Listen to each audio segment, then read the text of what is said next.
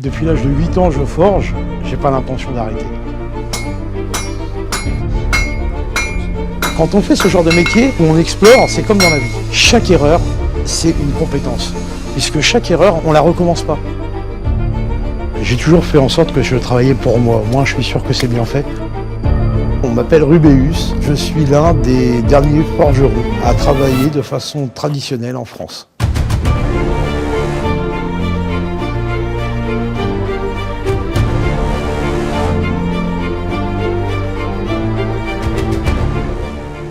Ici on est à Bresles, on est dans mon petit village où je pratique mon activité. Je suis très casanier, je sors uniquement pour aller sur les expos et déposer des colis aujourd'hui. Et j'ai toujours pas le permis, non.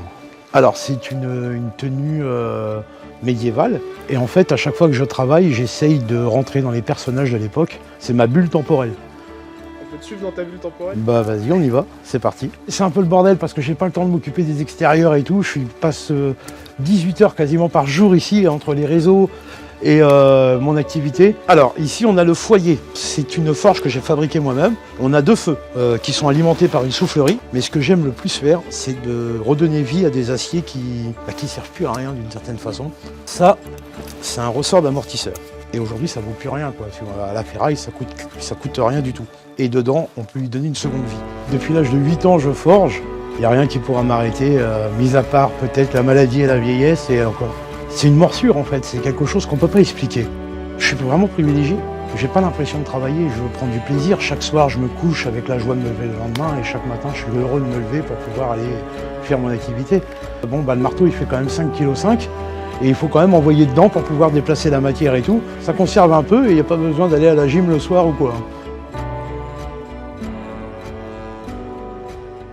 Alors c'est mon fils, c'est Hugo.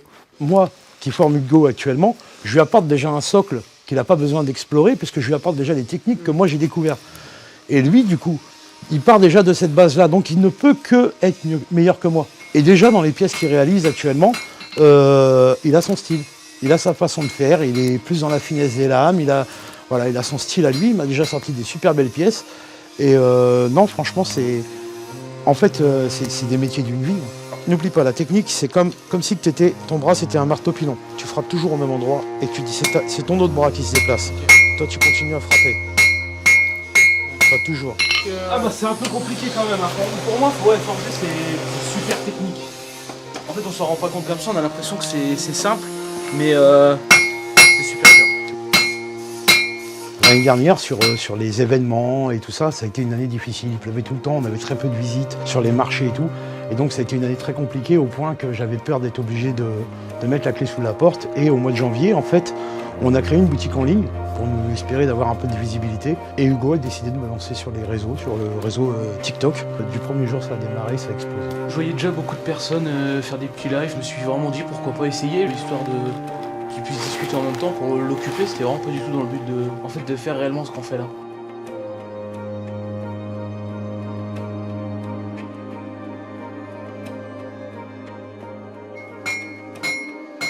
En fait, on est capable de réaliser les outils sans aucun outil électrique, on n'a pas besoin. Tu vois, la technique des anciens, hop, c'est juste ça, un aimant. Quand ton acier, il perd son magnétisme, alors à l'instant où il perd son magnétisme, ça veut dire qu'il a la bonne température pour être trempé. Tu vois là, l'aimant il n'accroche pas. Tandis que si je le mets n'importe où, il se colle direct. Et donc c'est à ce moment-là que tu vas le tremper pour lui donner cette dureté. Si tu veux, ton corps humain il s'adapte. Tu vois, tu crées des cornes, hein. Tu vois, tout ça c'est de la corne en fait. Ouais, tu travailles sans gants toi. Ouais. Mais toi tu te brûles là. J'ai les mains brûlées un peu, mais ouais, j'ai plus beaucoup d'empreintes. Alors c'est la main qui travaille le moins, c'est celle-là qui travaille le plus. C'est celle-là qui est le plus contraint aux outils.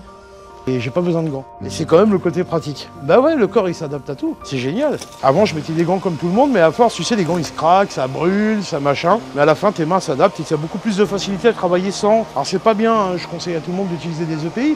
Tout ça c'est de la peau qui est dure, hein, c'est du cuir, hein, c'est tanné. C'est complètement tanné. En fait, j'ai pas de sensibilité à la... On voit plus les empreintes, c'est que tu dis. Quasiment, ouais. Alors on en voit encore, mais quasiment plus, tu vois, sur certaines parties. Tu sais, les parties qui sont les plus amenées à être brûlées, tu vois plus beaucoup, tu vois. C'est effacé. Je te montre un truc, alors je sais pas si c'est bon de montrer ça à la caméra, mais regarde, tu vois, je vais passer mon doigt dessus. Regarde, là je suis brûlé, mais j'ai aucune... Tu vois, j'ai pas de cloque, j'aurai rien. C'est dingue. Si, Ça te c'est fait pas cool. mal. Non, je sens rien du tout, tu vois, j'ai aucune sensibilité au bout des doigts. À force, parce que c'est épais. Par contre, si ça vient à traverser cette épaisseur, oui, là, je vais le sentir. Tu vois, ça sent le cochon grillé en plus. T'es le dieu de la forme en fait. Vulcain. Tu vois, moi, je suis né avec un angiome. Cette particularité, en fait, m'a créé un isolement.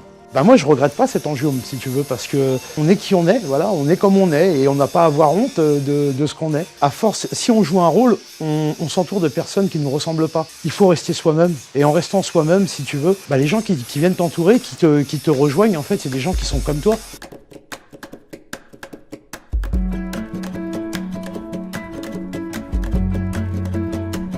Tu peux me rappeler ce que c'est ton surnom? C'est Rubéus. En fait, les gens, sur les événements, ils n'arrêtaient pas de me dire « Oh, Hagrid, Hagrid, Hagrid !» C'est devenu Rubéus. Et maintenant, bah, les gens sur les marchés, tout ça, les autres commerçants m'appelaient Rubéus. T'en penses quoi toi? Bah, c'est cool. Hein, vaut mieux que ça soit Rubéus que, voilà, je sais pas, Gollum ou je sais pas. Voilà, c'est un personnage en plus qui est un peu nounours et tout, qui est comme moi, c'est pas un mec méchant. Tu sais, tout ce qui est violence, machin et tout, c'est ridicule, ça sert à rien du tout. Tu sais, après, on regrette toujours. On passe notre vie dans le regret, si tu veux. On passe notre vie dans le passé. Soit dans le passé, soit dans le futur. On vit plus l'instant présent, c'est fini. On se projette toujours à demain, qu'est-ce qu'on va faire, et on passe notre temps à se dire « Ah, voilà, pourquoi j'ai fait ci, j'ai fait ça, c'est passé, c'est passé. » On peut pas le changer.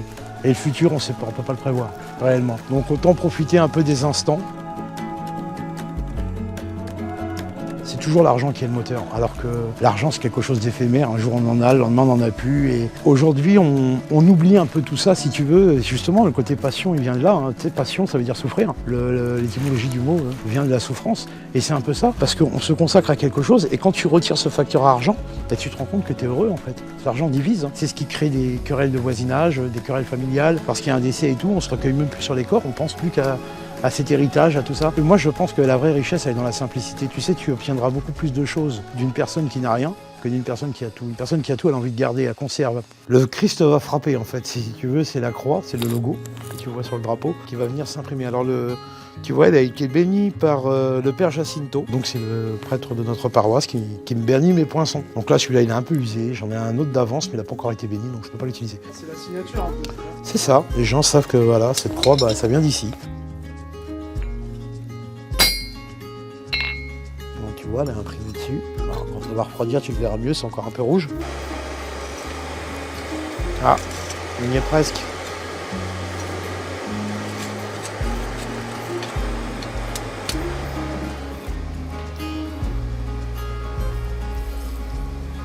Il n'y a pas eu beaucoup, petit couteau, mais on a eu un peu quand même.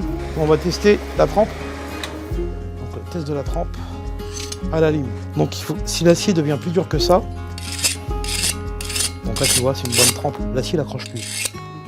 Donc une lime en fait tu peux poncer n'importe quel acier, creuser dedans et tout, mais du moment qu'il est trempé, tu peux plus le faire parce qu'il devient aussi dur que donc il peut plus creuser. Donc voilà, je le fais refroidir juste quelques minutes et après je fais vite fait des émoutures dessus. Donc là je prends une bande assez large, mais c'est juste pour pouvoir tester le tranchant. Là je vais activer la machine.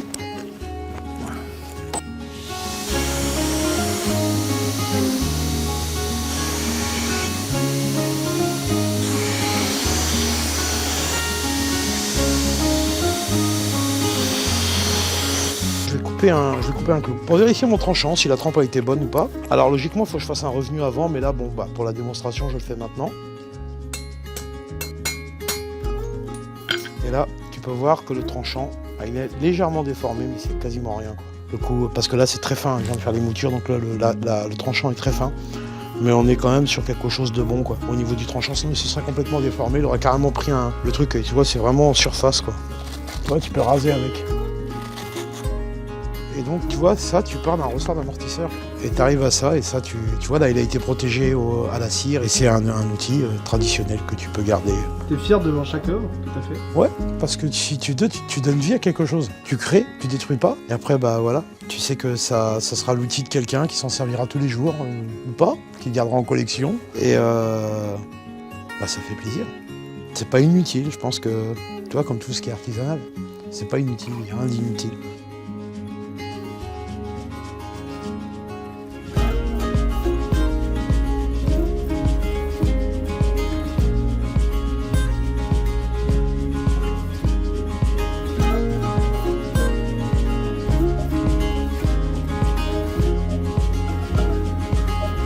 pouvez me retrouver sur Facebook, Rubéus Création, ou sur TikTok, La Forge d'Avalon. C'est notre univers, voilà. Bah, je vous remercie tous et puis que Dieu vous bénisse.